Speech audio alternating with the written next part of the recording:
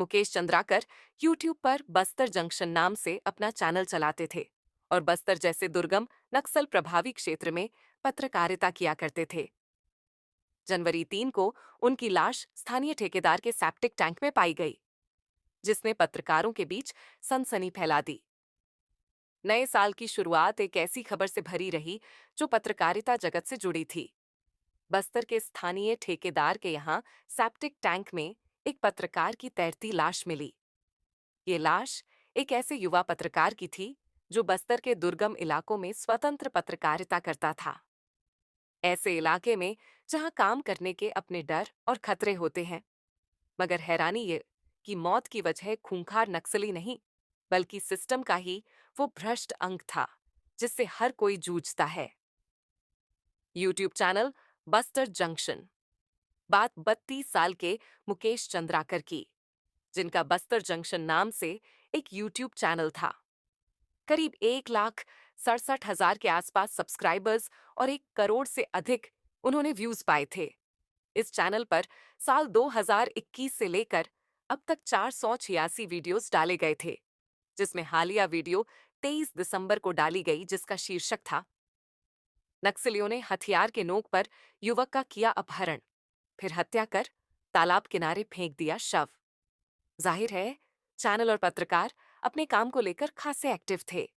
मुकेश कभी कभी मैनस्ट्रीम चैनलों के लिए स्ट्रिंगर का काम किया करते थे। आरोप है कि एक स्थानीय ठेकेदार सुरेश चंद्राकर ने 1 जनवरी को उन्हें अपने बीजापुर शहर के चट्टानपारा बस्ती के आवास पर बुलाया था। उसके बाद से मुकेश लापता थे। अगले 3 दिन तक स्थानीय पत्रकार और उनके भाई युकेश चंद्राकर, जो खुद भी पत्रकार हैं, गुमशुदगी को लेकर यहां वहां लिखते रहे। पुलिस में तहरीर दी गई तो जांच शुरू हुई। सनसनी तब फैली जब लाश ठेकेदार सुरेश चंद्राकर के सेप्टिक टैंक में तैरती मिली, जिसके ऊपर फ्रेश सीमेंट की चुनवाई की गई थी।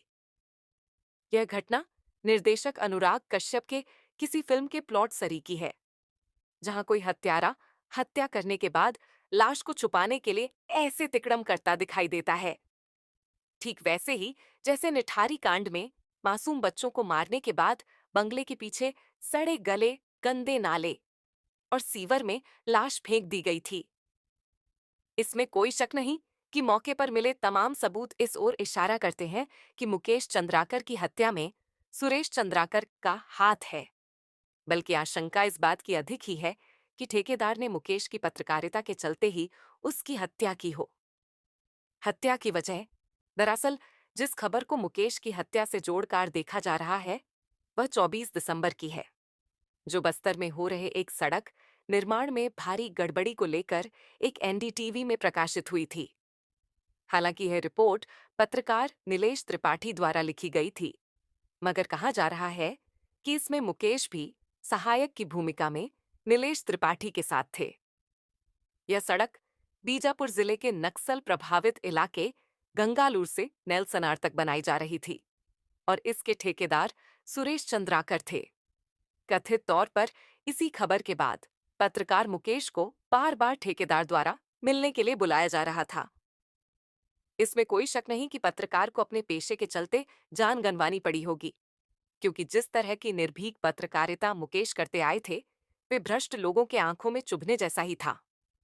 और भविष्य में इस बात पर भी कोई हैरानी नहीं होगी यदि जांच के दौरान यह कह दिया जाए कि मुकेश की हत्या परिसर में काम कर रहे किसी ए, बी या सी मजदूर ने आपसी रंजिश में की, क्योंकि ठेकेदार इलाके का बाहुबली है और प्रशासन तक पैठ है।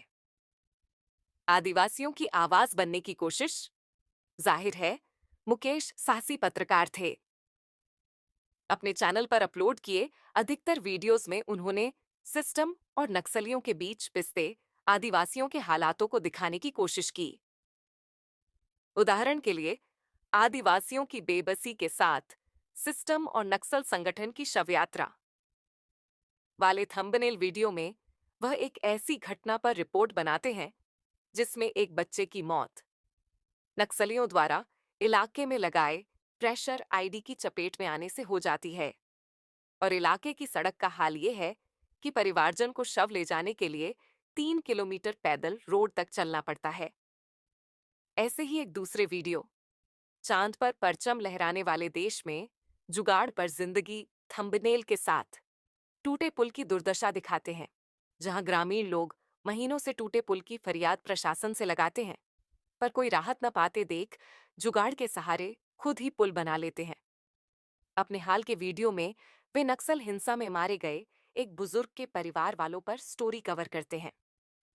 इसके अलावा उन्होंने अमित शाह के बस्तर जिले में 2 दिवसीय विजिट को नक्सल की छाती पर अमित शाह के कदम नाम के थंबनेल से कवर किया।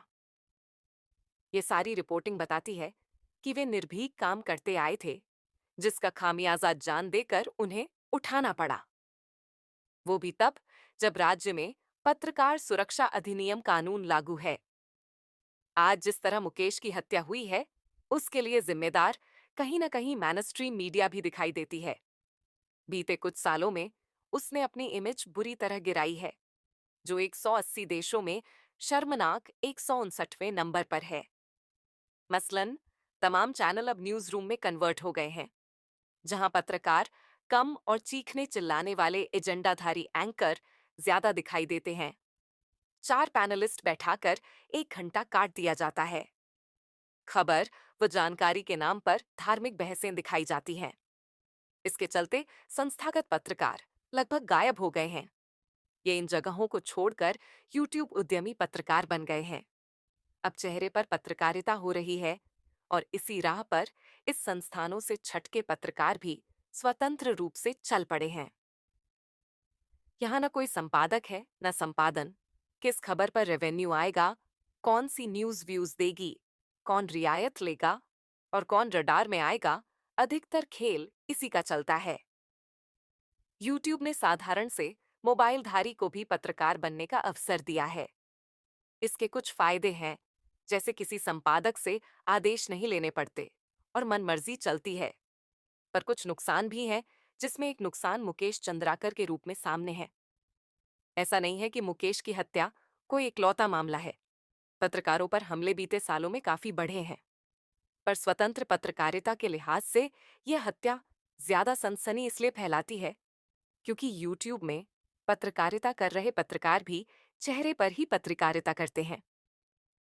इनके अपने फॉलोअर्स और व्यूअर्स होते हैं। मसलन ठेकेदार के भ्रष्टाचार पर रिपोर्ट बनाने से यदि इस तरह की नौबत आई है, तो यह सोचना भी जरूरी है कि आगे किसी दूसरे को ऐसी नौबत न देखनी पड़े जब बाकी पत्रकार मुकेश चंद्राकर की हत्या पर उचित जांच की मांग करते हैं। तो साथ में संयम से एक जगह बैठकर न्यूज़ और व्यूज के रिश्तों और भविष्य के परिदृश्यों पर चर्चा भी जरूरी है, ताकि इस तरह की घटनाओं पर रोक लग सके।